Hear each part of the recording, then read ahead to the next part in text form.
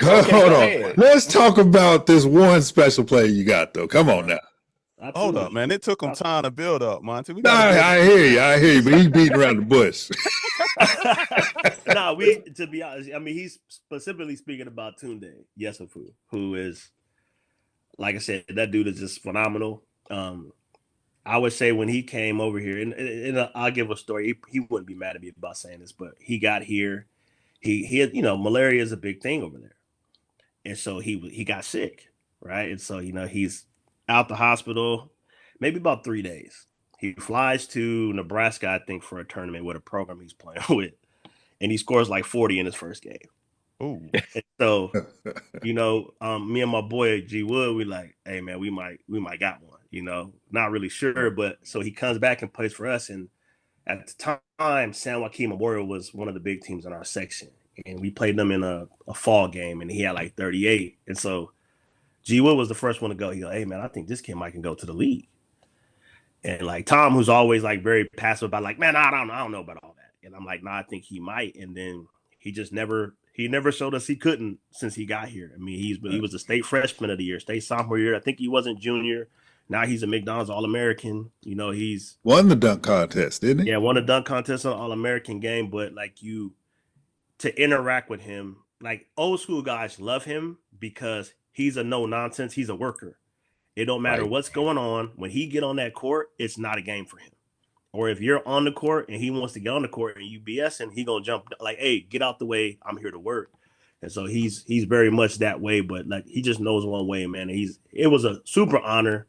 It was a pleasure. Awesome. He cultured me, taught me a lot about home. And people don't understand that dude came over here with a backpack. That's it. That's all he had. He didn't have much, and these kids, they're not coming from environments that are super stable.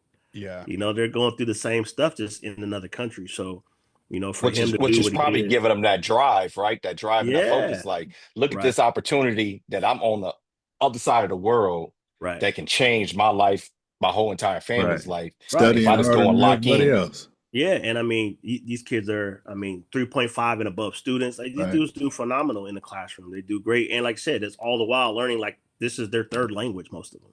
Right. And so That's they the maneuver. trip. Yeah, they maneuver all that, man. And to be honest, it's not. Americans just have a way of treating you when you're not from here and when they don't understand. Right. Yeah. Right. So Right. it's just that layer for them of like, and I tell them like you got a kid, two kids who's like 6'9". You got Tunde who's 6'6", and you walk around these kids, you already look intimidating to half of them. They're already afraid to Right. even speak to you, and you ain't even did nothing to them. Wow. Mm-hmm. So it's like trying to get them to like understand. And I told them like, so when I was at the school, I was the first Black administrator at the school.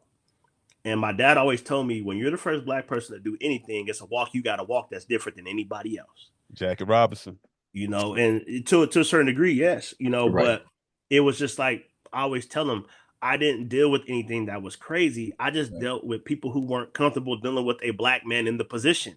Yeah. Sure. And so it's like, trying to get them to understand, listen, I work just like you work.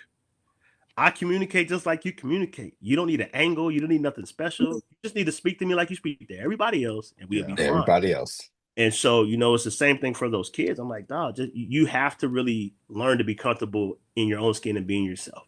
People are going to love and hate you anyway, but just be you. And like, you trust me, it worked out for them because everybody loves those kids.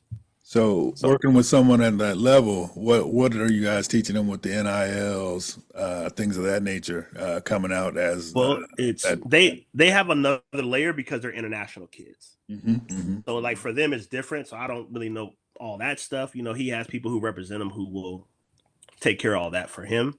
That's Gotcha. So we just kind of like that's as a high school kid. I got peoples for that. But it's that's it's cool. like It's the new world. That's a new world, baby. It is, and it's like it's funny when you see these recruiting meetings, like NIL has to come up. They can't talk about it. Like they have to talk about what they're going to give these kids because these kids want to know, their parents want to know, and right.